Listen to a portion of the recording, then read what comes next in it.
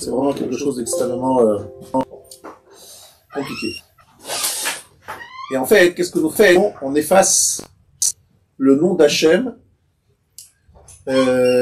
parce qu'en fait, on efface la paracha de Sota. En fait. On a fait la paracha de Sota. Dans la paracha de Sota, il y a le nom d'Hachem. Et donc, automatiquement, on efface le nom. On efface. Et il y a en fait un parallélisme intéressant qui est fait entre que le nom d'Hachem et le Shalom Bayit. Pour restaurer le Shalom Bayit, il faut effacer le nom d'Hachem.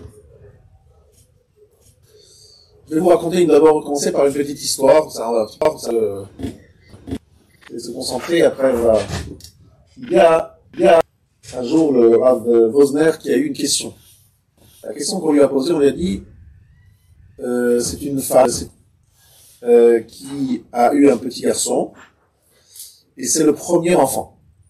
Donc on appelle un Bechor, premier-né. D'après la Lacha, donc après 30 jours, il faut 30 jours, on appelle Pidyon, le rachat du premier-né. Et cette femme, elle dit, j'ai un problème, c'est que je n'ai jamais dit à mon mari que j'avais déjà eu une fausse couche. Parce qu'en fait, j'avais connu un homme avant lui, avant là. Et là, maintenant, si je lui dis, notre Shalom Bayit risque d'être fortement perturbé. Et si je ne lui dis pas, il y a un autre problème, c'est qu'il va faire une bracha, parce qu'il va faire le Pidyon Abel, ce sera une bracha en vin. Bracha l'elevatala, en vin. Qu'est-ce que vous dites? Et là, il répond, j'ai la preuve que si déjà prendre un parchemin, effacer le nom d'Hachem, ça vaut la peine pour le Shalom Bayit, on n'est pas effacer le nom d'Hachem. Pour retrouver le Shalom Bayit, après votre raison, il s'agit de bracha levatala, une bénédiction. En plus, la personne qui le dit, il est tout à fait sincère, il pense faire une bracha sincère. Mais il va effectivement dire le nom d'Hachem en vain, à son insu. Mais ce sera le nom d'Hachem qu'il va prononcer. Et là, on est même, et là, effacer. Si on est prêt à effacer, on peut aussi prononcer aussi. Et donc, il a dit, tu dis rien, et le Shalom Bayit va pouvoir rester tout à fait entier. Voilà, on taille un sac à lacha sur l'importance donc de la théorie, du respect de Yud Kei Vav Kei. Mais on fait un lien entre le Yud Kei Vav Kei par la femme Sora et le Yud Kei Vav Kei, donc le nom d'Hachem. Pourquoi? Parce que vous le savez, que lorsqu'il y a un mariage, il y a Kiddushin et il y a Nisui. Dans les Kiddushin, on va relier Ish et Isha. Ki kar Ish Isha. Ki kar Ish Isha. C'est un verset qui parle des Kiddushin. Lorsqu'un homme prendra sa femme, là, la Farshah explique c'est Shin. Ish, il y a le Yud, dans Isha, il y a le He. Donc il y a déjà les deux premières lettres du nom d'Hachem, le Yud et le He. Maintenant, il manque le deuxième partie du nom d'Hachem, le Vav et le He. Ça, c'est dans les mots Ketouba. Katav, le mot Ketouba peut s'écrire Katav Vav He. C'est-à-dire écrire le Vav et le He.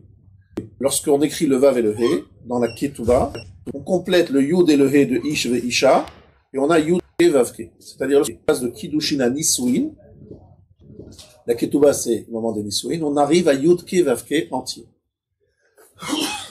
On trouve la même construction,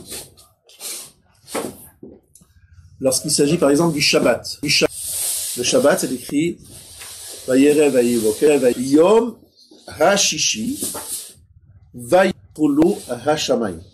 On essaye d'associer le Yom Hashishi à Vayichulu Hashamayim. Pourquoi? Parce que Yom Hashishi, c'est le Yud et le He, et Vayichulu Hashamayim, c'est le Vav et le He. Donc on trouve dans le Shabbat aussi un chibour entre le Yud Ke et le Vav Ke. De la même façon qu'il y a un chibour entre Yud Ke et Vav Ke au moment du mariage. Est-ce que c'est un hasard qu'il y ait ce point, cette chose-là? Ah, non, puisque on sait tous qu'il y a dans le Shabbat plusieurs aspects. Ata daber el bnei Israël lemor achet shabtotai tishmoru ki oti beni uvenechem ledorotechem ladat ki ani Adonai mekadishrem. Dans le chapitre 31, de Shemot, il y a quelque chose d'assez étonnant. C'est l'on parle de la Shabbatot. Alors, qu'est-ce que ça veut dire au pluriel? Dans le chapitre 1, donc de Shemot, c'est dans la paracha de Kitissa, dans le verset 12, 13,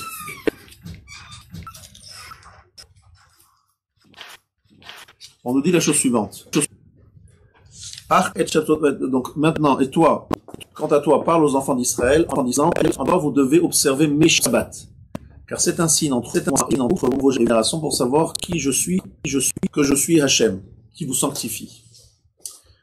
On est dans un pluriel, Shabtotai.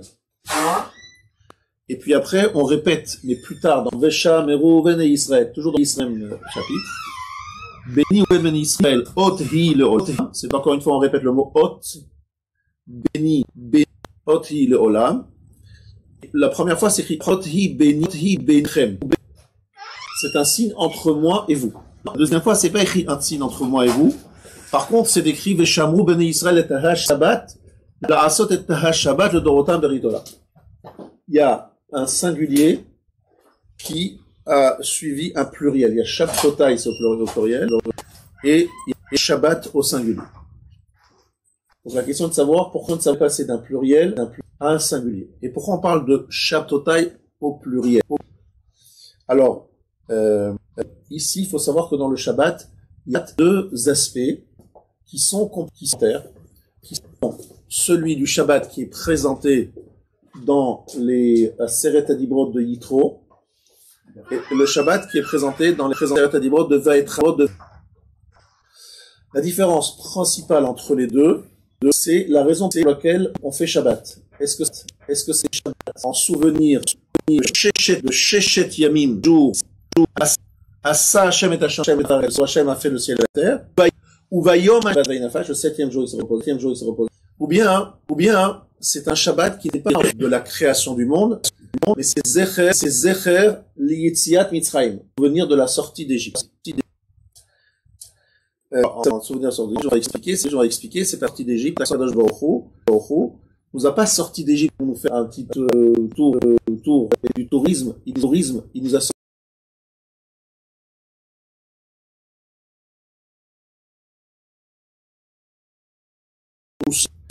On a ici deux approches du Shabbat.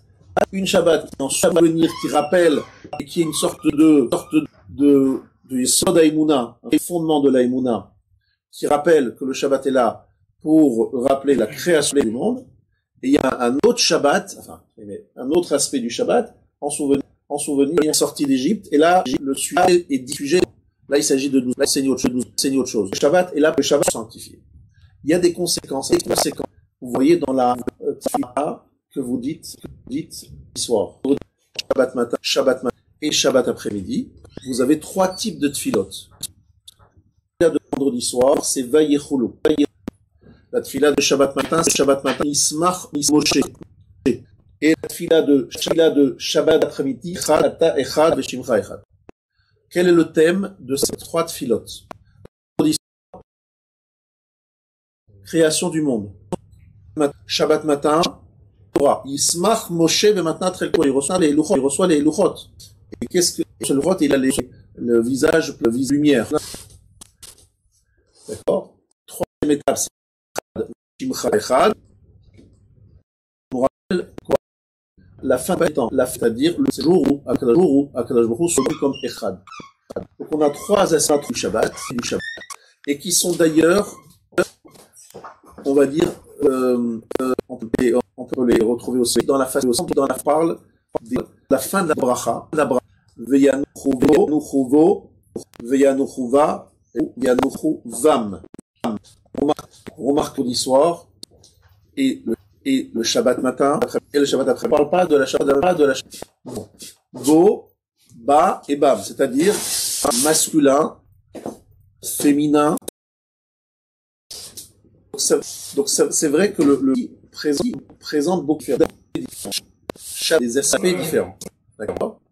Et ces aspects différents sont matérialiser, on insiste, la présentation dont on dit la Hamida, alors que Yom, on a la même Hamida, on a aux trois filotes, il n'y a pas de différence, c'est exactement la même.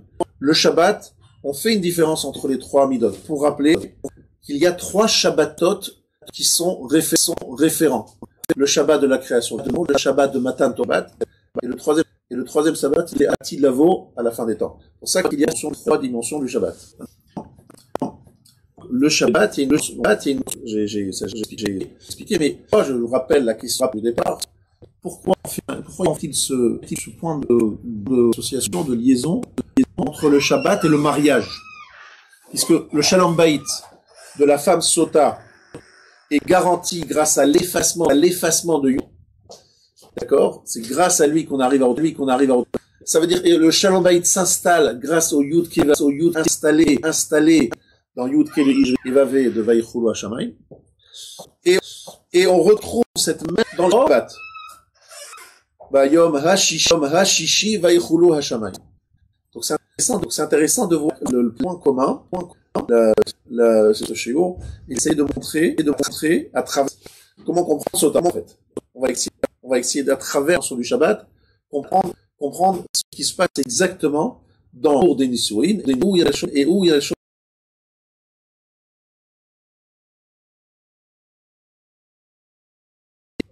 Nous allons effectivement introduire, accueillir le Shabbat avec qui est le Chadi.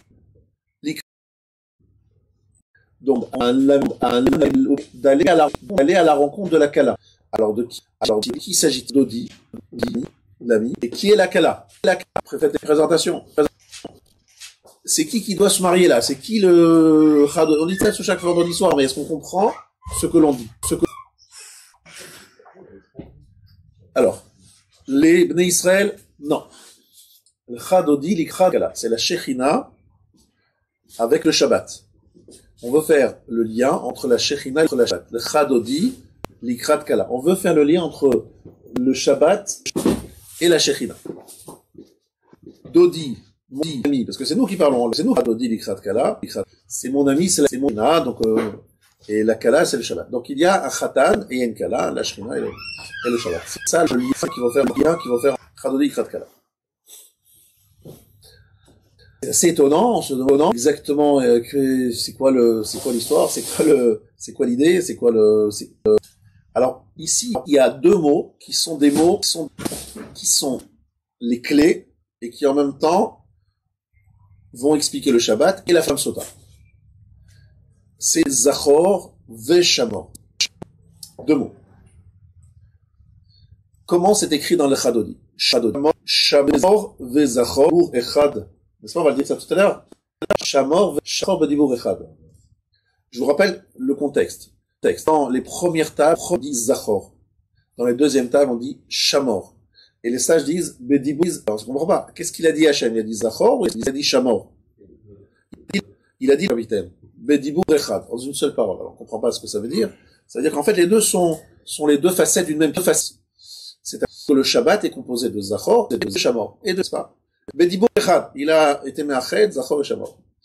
Et ici, je vais vous dire, Zachor et Shamor, B'dibur Echad, c'est le sod du mariage. Et c'est ce point-là qui a été affaibli par la femme Sota. Et on va expliquer ça comment. Donc, Zachor et Shamor, B'dibur Echad, qu'est-ce que ça veut dire? Et deuxième question, pourquoi le Rav Al-Kabetz, l'auteur de l'Chadodi, par Shlomo Al-Kabetz, il a dit les choses dans le sens inverse. Il a dit, Shamor ve Zachor, ça veut dire Zachor ve Shamor. Il le dit dans le sens inverse. Shamor ve Zachor. Shamor ve Zachor d'abord, parce que Zachor c'est Yitro, et Shamor c'est Vaetranan. C'est l'un après l'autre, c'est dans ce sens-là.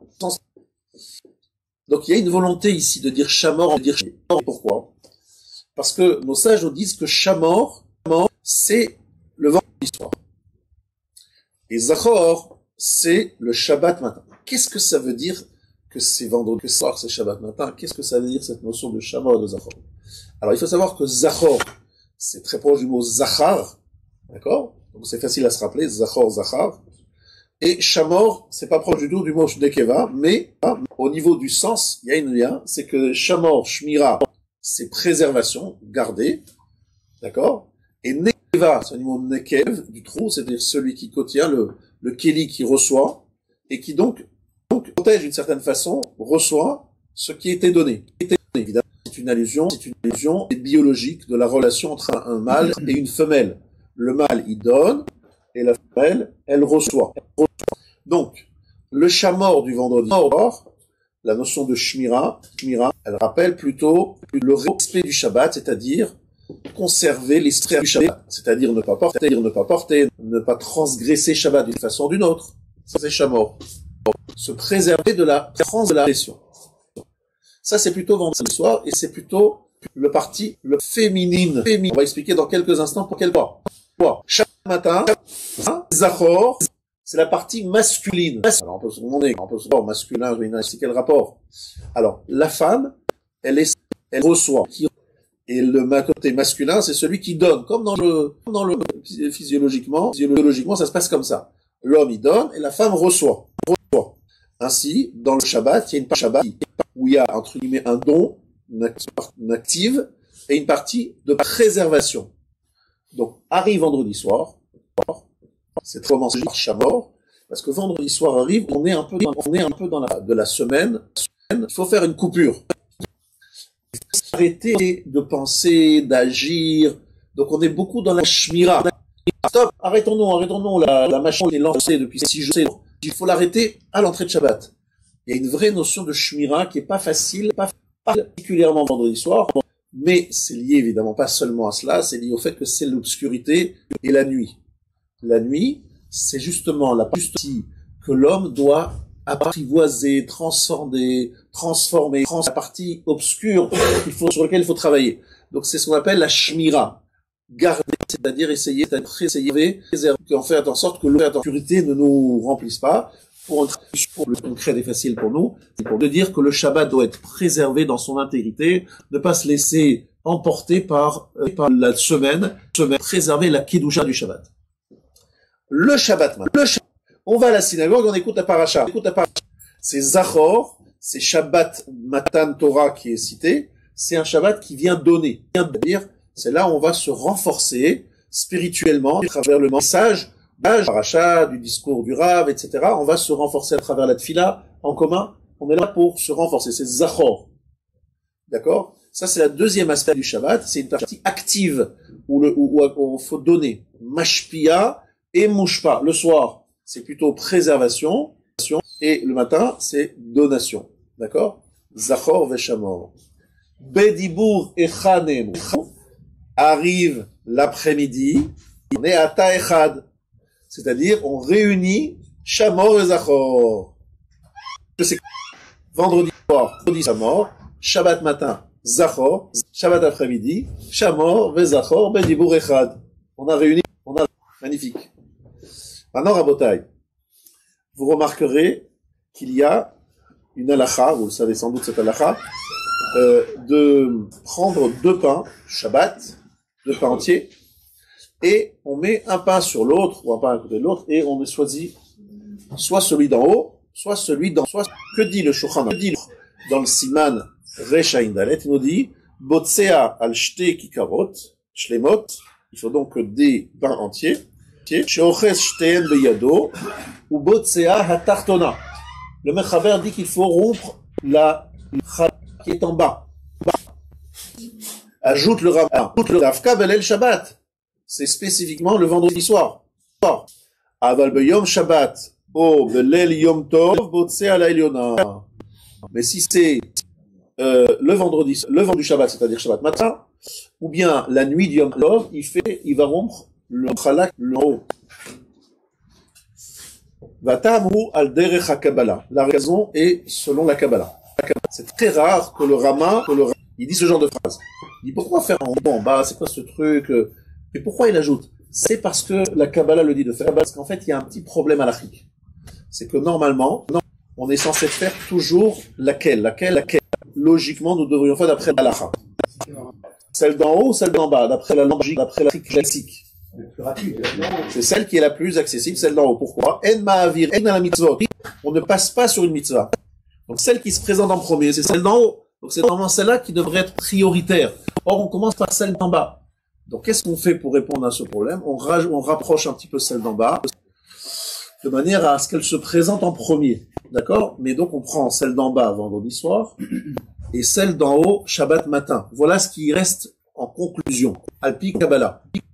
Alors, qu'est-ce qui s'appelle en haut et qu'est-ce qui s'appelle en bas dans notre dimension, en notre Shamor et de Zachor? Eh bien, celui qui est en haut, c'est Zachor, et celui qui est en bas, c'est Shamor. C'est comme dans un couple. Shamor et Zachor. Zachar sur une Nekeva. Ça veut dire qu'en fait, il y a un Zachor qui est un Shpia qui donne, donc il est en haut, et celle qui elle est en bas, le Shamor. Donc, vendredi soir, on va d'abord rompre la Khala d'en bas. Parce que Shabbat, vendredi soir, c'est la partie féminine. Alors que, d'en haut, c'est Zachor, on va Shabbat matin, qui est la dimension du Zachor. Vous comprenez? Il y a ces deux dimensions que l'on voit dans cette halakha de rompre la chala d'en haut ou celle d'en bas. Ça, c'est un point très important. Et tout cela est expliqué dans le Mirtav Eliyahu, que je vous invite à regarder dans le Chelek Ehe, Biurim Bamitzvot, Mitzvot et Noga. Tout ça est écrit dans le Mirtav Eliyahu. Mais encore une fois, ce n'est pas un grand chidouche du Rav Isler, c'est quelque chose qui est d'évidence, qui est connu par beaucoup de gens. Maintenant, Rabotai, il faut aller plus loin. Je vous ai dit que je veux ouvrir la paracha de Sota en utilisant la paracha de Shamor Vezachor. Évidemment, le mari, il est Zachor, et la femme, c'est Shamor. N'est-ce pas? On a bien compris. C'est logique. Maintenant, il faut être me'achel. Le but du Lobat, c'est de réunir de Shamor Vezachor. C'est-à-dire de faire l'union de la femme entre le Mashpia et le Mushpa. Qu'est-ce que ça veut dire? Ça veut dire la chose suivante. Ça veut dire que nous, on se met en position. On se met en position. Mais on attend qu'Akadosh Baruch Hu nous envoie la Kedusha, la date qui a ni Hashem Mekadishrem. Je vous sanctifie. Qu'est-ce que ça veut dire? De là, nos Chachamim apprennent que Anoten Matana Lechavero Tsarich Leodio, le cadeau d'un prochain, il faut le lui faire savoir. C'est une marade dans Betsa qui nous dit qu'on voit qu'Akadosh Baruch Hu a demandé à Moshe, clairement décrira, de dire Israël, Matana Tova Yeshli Bebet Ganazai, Veshat Shemo. J'ai un cadeau. Il s'appelle Shabbat. Et je vais vous le donner. La date qui a ni Hashem et Kadishrem. C'est très intéressant. De ces mots-là, pour savoir que c'est Hashem qui vous a sanctifié, de ces mots-là, on peut apprendre que Akadosh Baruch Hu nous fait un cadeau avec le Shabbat. C'est une matana, c'est une Shabbat. C'est quoi le cadeau du Shabbat? C'est quoi ce cadeau? Alors les gens vont dire c'est le Shabbat, etc. C'est quoi la notion du cadeau du Shabbat? Alors j'ai vu un commentateur qui dit qu'on peut le décomprendre grâce au Ramchal, dans Mesilat Yesharim, qui dit quelque chose d'extraordinaire que peu de gens connaissent. Inyana Kedusha Kafulhu. La notion de Kedusha est quelque chose qui est double. Trilato Avoda Vesofo Gemul. Ça commence par un travail et ça finit par un cadeau, par un don. Trilato Ishtadlut Veshtadlut Matana. Aïno, explication du Mesilat Yesharim. Donc alors Trilato Mashadam Mekadesh Otzmo Vesofo Mashemekachimoto. Le début du processus, c'est ce qu'un homme se sanctifie, lorsque l'homme se sanctifie lui-même, et après Akadosh Baruch Hu le sanctifie.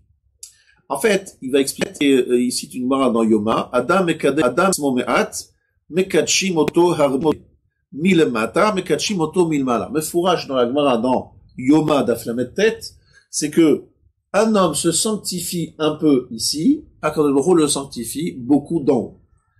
Qu'est-ce que ça veut dire? Il explique un peu plus loin, que la Kedusha ne peut pas se faire par notre propre... Nous, on ne peut pas arriver au summum de la Kedusha par nos propres forces. C'est impossible d'y arriver. Il faut qu'Hachem nous donne un cadeau. Et pour qu'Hachem nous l'offre en cadeau, il faut déjà qu'on fasse un premier travail.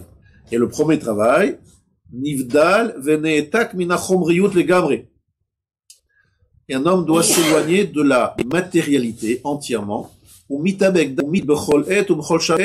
s'attache à tout moment à son Dieu. C'est qu'il fait un gros travail en premier. Donc effectivement, on commence par le travail personnel. Et une fois qu'on a fait ce travail, Akadosh Baruch Hu nous offre un cadeau, la Kedusha.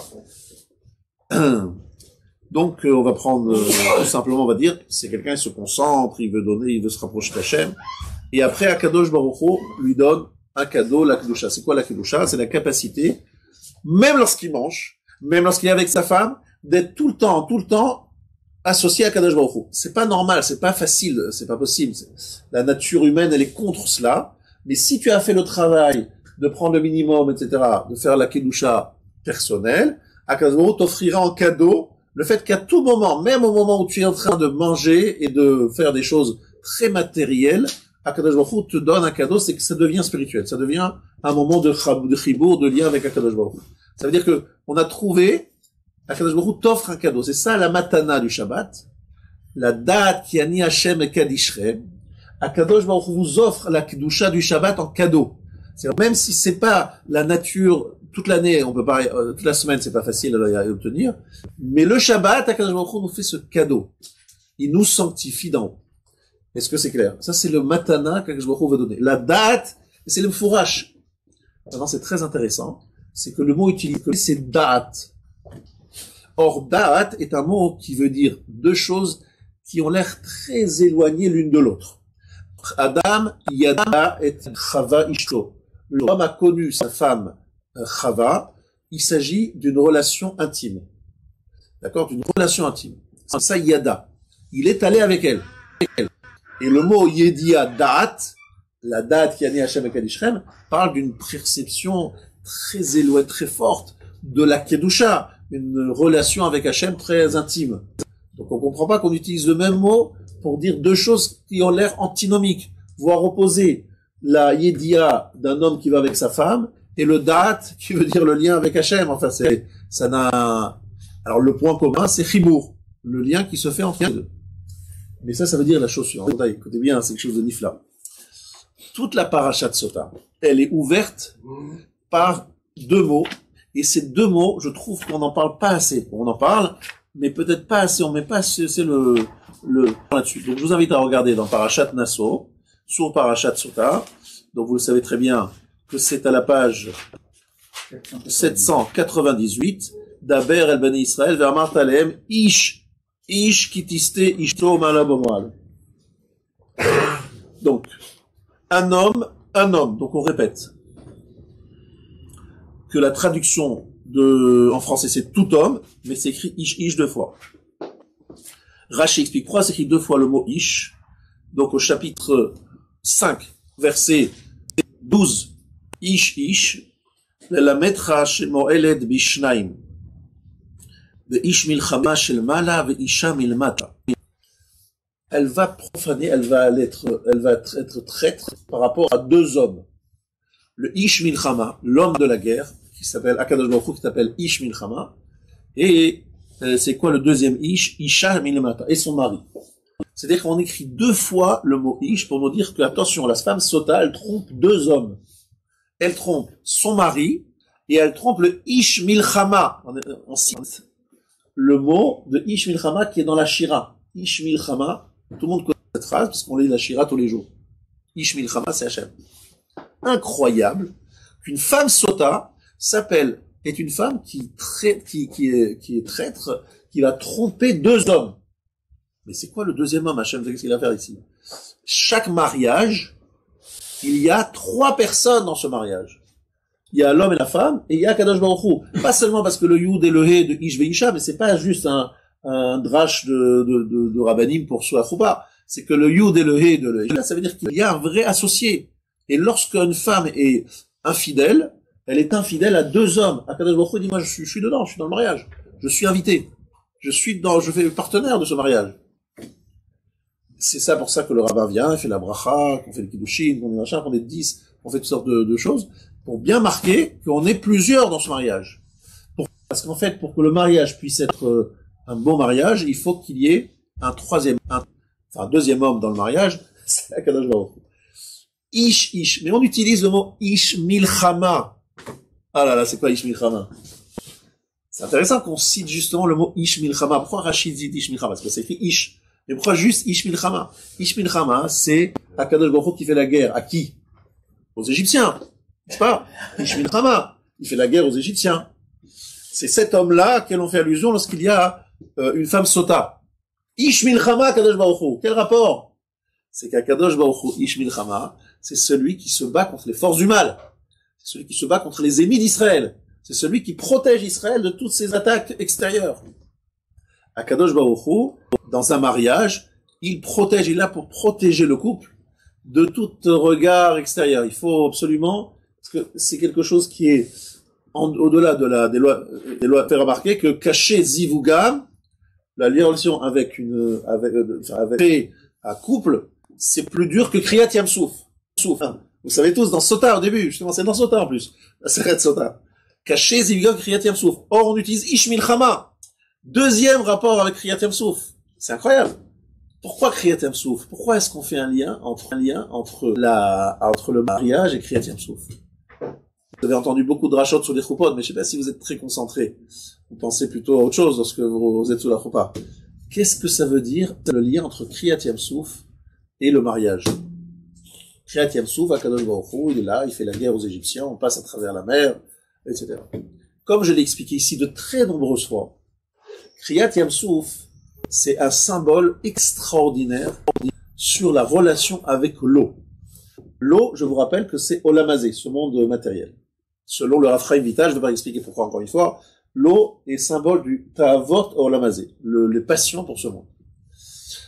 Lorsque l'eau se durcit et qu'elle laisse un passage à pied sec, je l'ai dit ici plusieurs fois, c'est un symbole aussi que le Klal Israël, il arrive à transformer l'eau, la passion, en quelque chose, au lieu d'être dévorant qui nous noie, ça devient un passage bien dur et bien solide. C'est-à-dire qu'on est capable de prendre la matérialité qui normalement noie l'homme, les passions qui le rend fou, qui le font perdre toutes ses repères, mais de créer quelque chose de solide. Yabasha, c'est la terre ferme, Betor Hayam, au milieu de l'eau. Ça veut dire que l'eau, au lieu d'être ce qui va nous tuer, ça va au contraire ce qui va nous construire. C'est maîtriser les pulsions animales et en faire au contraire, non pas seulement quelque chose qui est un pis-aller, c'est pas qu'on s'en sépare, mais qu'on va au contraire le durcir, c'est-à-dire lui donner une forme, une tsura au maïm, à l'eau. Donc, Kriyat Yamsouf, c'est un symbole d'une façon de vivre la matérialité, non de façon qui ne va pas seulement nous se protéger face à elle, mais au contraire l'utiliser. Un vrai mariage, un mariage réussi d'après la Torah, et peut-être vous avez eu la chance, comme nous avons vu sur certains grands rabbanim, voir ce que c'est un vrai mariage. Tu vois que l'amour qu'il y a entre l'homme et la femme, c'est tout sauf bestial. C'est tout sauf bestial. C'est un amour associé à tellement de respect, c'est tellement beau, qu'on a l'impression d'avoir, en fait, je pense ici à un exemple que nous avons connu, le Rav Simcha Wasserman et son épouse. C'était un exemple que le Rav Sitruk, Zichrono Livracha, citait souvent, parce que Madame Wasserman, qui n'avait aucun problème de santé, est nifteret exactement 8 jours après son mari. Elle a fini les shivas, elle a raconté, elle avait dit tout ce qu'elle avait à dire sur son mari pendant 7 jours, et elle est nifteret sans avoir un problème de santé le lendemain de la fin des shivas. Et elle n'avait pas d'enfant. Et le couple de Rav Simcha Wasserman et sa femme, c'était l'exemplarité de ce que c'est de Sheva Brachot jusqu'à la fin de leur vie. C'était exactement le même niveau de Sheva Brachot jusqu'à la fin de leur vie. Et plus que Sheva Brachot de quelqu'un de classique, parce que c'est pas du désir et la passion, c'était un couple. Vous voyez, des fois je me dis, lorsque je vois ça, je dis, mais quoi, le mariage, c'est vu par d'autres comme un moment de plaisir, et lorsqu'on le fait comme il faut, et qu'on le réussit, c'est ce qu'il y a de plus kadosh, c'est impressionnant de voir ça. C'est un exemple de relation et de respect, et de doucha, etc. Il n'y a rien de bestial. Je me dis, c'est ça, Kriyat Yamsouf. On est dans une problématique qui est la ta'ava, et on a transformé cette ta'ava en quelque chose de magnifique, et au contraire, quelque chose de solide, et qui chasse toute ta'ava, mais en même temps, la ta'ava est là, mais elle dérange pas. La ta'ava, elle est là, mais elle dérange pas. Au contraire, elle solidifie une vraie relation. Elle n'est pas en train de consumer. C'est pour ça que d'ailleurs, ish veisha, la notion de esh, c'est ou consommation, ou construction.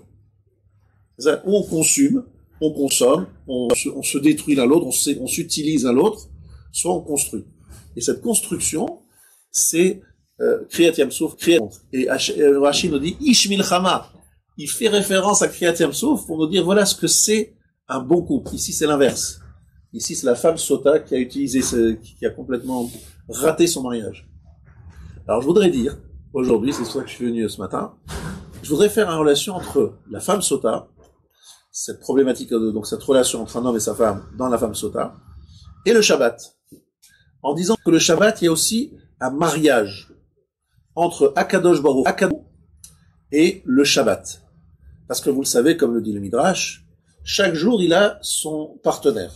Parce qu'il y a 6 jours dans la semaine, il n'y a pas de problème, chaque jour a son partenaire. Il arrive le Shabbat, il dit, je suis seul. Où est mon partenaire? Alors on lui répond, c'est Knesset Israël, et c'est Akadosh Baruch Hu. Mais c'est pas deux choses différentes, c'est une seule chose, puisque Kudsha Barichu, Israël, Oraita, Chad Baruch Hu, Israël et la Torah, c'est un seul. Donc finalement, c'est un seul.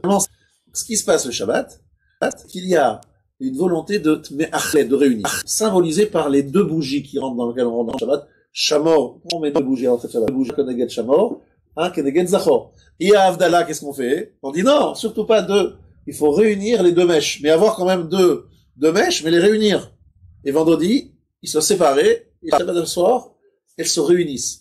C'est que le Shabbat, il met Ached, Zachor et Shamor. C'est ce qu'on dit Shamor à Havdalah. Faites ça dans l'Havdalah, vous réunissez les 2 mèches. Alors que vendredi soir, c'est séparé. Or, Shamor et Zachor, Bedibour Echad. Quand est-ce qu'on les réunit? Grâce au Shabbat. Et donc, vous avez compris que Shamor et Zachor, c'est le côté masculin et féminin, qui a été réuni par Shabbat. Et le mariage est censé faire exactement la même chose que le Shabbat. Réunir Shamor et Zachor, l'homme et la femme, et d'en faire Echad. Ve'ayu, le Bassar, Echad. Tout ça, c'est la même chose. Maintenant, celui qui est Mechalel Shabbat, celui qui transgresse le Shabbat, il a un statut très spécial. Il est comme un goy. Il dira, c'est le mot de Rambam. C'est-à-dire, il a perdu son Mechalel Shabbat Bechalel Ressia. Alors, qu'est-ce que ça veut dire Mechalel Shabbat Bechalel Ressia? C'est quelqu'un qui prend sa voiture ou qui fait une chose qu'il sait très bien être interdite le Shabbat, et il le fait devant un dame Chashuv, un homme très important, qu'il considère comme très important, qui est un homme de Torah, et devant lui, il dit, t'as vu les clés, bah, je les prends, il le fait un peu, ça s'appelle Mechalel Shabbat Befaresia. Il a un statut très spécial, il est comme quelqu'un qui est sorti du judaïsme. Ça, c'est pour le Shabbat. C'est-à-dire qu'en fait, c'est un peu le point d'Achdout entre Akadosh Baruch Hu et nous. C'est Ani Hashem et Kadishrem. La date qui est Ani Hashem et Kadishrem. C'est le lieu où on est là pour s'associer à lui. En fait, je voudrais juste vous rappeler que il y a toujours des points intermédiaires entre les différentes choses qui existent dans ce monde. Par exemple, entre le monde minéral et le monde végétal, quel est l'élément qui réunit le monde minéral et le monde végétal? C'est les coraux. Les coraux, c'est minéral et végétal. Ensuite, vous avez entre le monde végétal et le monde animal, vous avez Asadé. Ce que nous sommes Asadé, c'est un animal qui a une sorte de queue qui sort et qui le relie, comme au niveau du nombril, pas au niveau de la queue, mais au niveau du nombril, à la terre. C'est un animal que vous connaissez plus aujourd'hui, mais qui a existé à l'époque des Chachamim, dont on parle la Mishnah. Asadé, c'est un animal qui est entre le monde végétal et le monde animal, puisqu'il se nourrit encore des sels minéraux de la terre à travers ce genre de prolongement de lui-même qui s'enfonce dans ce... Alors on connaît plus ça, je sais. Entre l'animal et l'homme, il y a le singe. Il est entre l'animal et l'homme. Maintenant, entre l'homme et Akadosh Baruch Hu, entre le temps qui est en fait le point de jonction, c'est le Shabbat. Le Shabbat, on est censé, on est censé être entre les 2 mondes. Vous avez compris, je vous donne il y a des éléments intermédiaires. Et ce point-là, la date qui a ni Hachem et qui a Shrem, est en fait le point de jonction entre les 2. La Kedusha doit descendre d'en haut, mais elle ne peut descendre d'en haut que sinon, on a fait le travail en bas. Donc, quel est notre travail le Shabbat? Shamor et Zachor. On commence par faire Shamor le vendredi soir, Zachor Shabbat matin, et Akadosh Baruch Hu nous dit, Ata Echad Veshimcha Echad. Et là, je vous offre offre Kedusha du Shabbat parce que vous avez réuni le Shamor et le Zachor. Vous avez fait le travail de Kedusha, de s'éloigner de ces Yannim de Olam Hazé. Et donc, je vais maintenant vous bénir et vous bénir. D'accord? Ce qui existe dans Shabbat existe exactement dans le mariage. La femme sota, elle remet en question tout l'élément fondamental du mariage qui est la confiance, qui est la hardout, qui est la lidia. Et donc, elle est obligée, elle va effacer le nom d'Hachem. Le nom d'Hachem, Yud Ke Vav Ke, là j'arrive au dilage Shio. Yom Hashishi, c'est Yud Ke. Vayichulu Hashamayim. Alors, c'est très intéressant ce que disent nos Chachamim. C'est quoi Vayichulu? Vayichulu, ça veut dire terminer. C'est le mot Kala. Vayichulu, Milachon Kala. Milachon Keli. Ça veut dire Vayichulu Hashamayim. C'est qu'on voit dans le ciel et la terre comme un Keli, c'est-à-dire un moyen, un outil pour révéler la grandeur d'Hachem. C'est-à-dire, au lieu que le monde nous éloigne d'Akadosh Baruch Hu, au contraire, c'est un kéli de gilouï, de dévoilement d'Akadosh Baruch Hu. Grâce au monde, on dit, ah, Akadosh Baruch Hu, ici, là. Au contraire, j'étudie la science, j'étudie les lois de la science, et je me dis, mais c'est incroyable, un chorma d'Akadosh Baruch Hu. Comment c'est tellement complexe, il ne peut y avoir qu'un Dieu incroyable qui a pu créer ce monde, impossible autrement. Donc, je vois comme un kéli de dévoilement d'Hachem. Hachem, que je prends dans ce monde, c'est uniquement pour servir Hachem, etc., etc. C'est la seule notion de kéli. D'accord? Alors, ce qui est très intéressant, c'est que dans le mariage aussi, Akadosh Baruch Hu, il y a le mariage comme étant un symbole de sa gilouï de la Shekhinah. La preuve, c'est que dans le Kodesh HaKodashim, il installe deux kérouvim, un qui a le visage d'un homme et l'autre qui a le visage d'une femme, et il les met l'un et il est l'autre sur la Kodesh. Et il nous dit, la Shekhinah va résider entre l'homme et la femme au milieu. Incroyable. Ça veut dire qu'il a voulu nous apprendre et nous faire le lien, cette relation, cette équilibrée entre l'homme et la femme. Il y a le Shalom Bayit, et Torah qu'il a donné au Sinaï, et le Shabbat qui est là pour justement créer ce point de jonction entre ces deux mondes, et entre nous, en nous-mêmes. D'ailleurs, vous remarquez que le Shabbat, c'est assez intéressant. Je pense que sans avoir un très haut niveau, on se rend compte que lorsqu'on s'assoit à table et qu'on mange des bons plats le soir, ça ne ressemble en rien à des bons plats qu'on pourrait prendre un dimanche, parce qu'on sait très bien, c'est l'Ichvot Shabbat, Onek Shabbat, ça entraîne unité dans la famille, mais ça y a quelque chose de très différent que l'état d'esprit. C'est incroyable de le ressentir. On est capable de le ressentir. Donc, c'est ce que je veux dire. Donc, Shabbat est vraiment, vous le savez, vrai, à chacun à son niveau. Mais non, la maba. C'est pas, et c'est avec des choses matérielles. On sanctifie. Mais grâce à quoi? Parce qu'on dit, Ani Hashem Ekadish, je vous donne un cadeau. La Kedusha vient d'en haut, elle est offerte, comme le parle de Messiah Tesharim. Elle est offerte par Akadosh Baruch Hu. À condition que vous sanctifiez ici. Alors moi, je vous sanctifie à vous. Donc, arrive le Chadodi, vient, Shlomo Al-Kabetz, il dit Shamor Vezachor, dans cet ordre.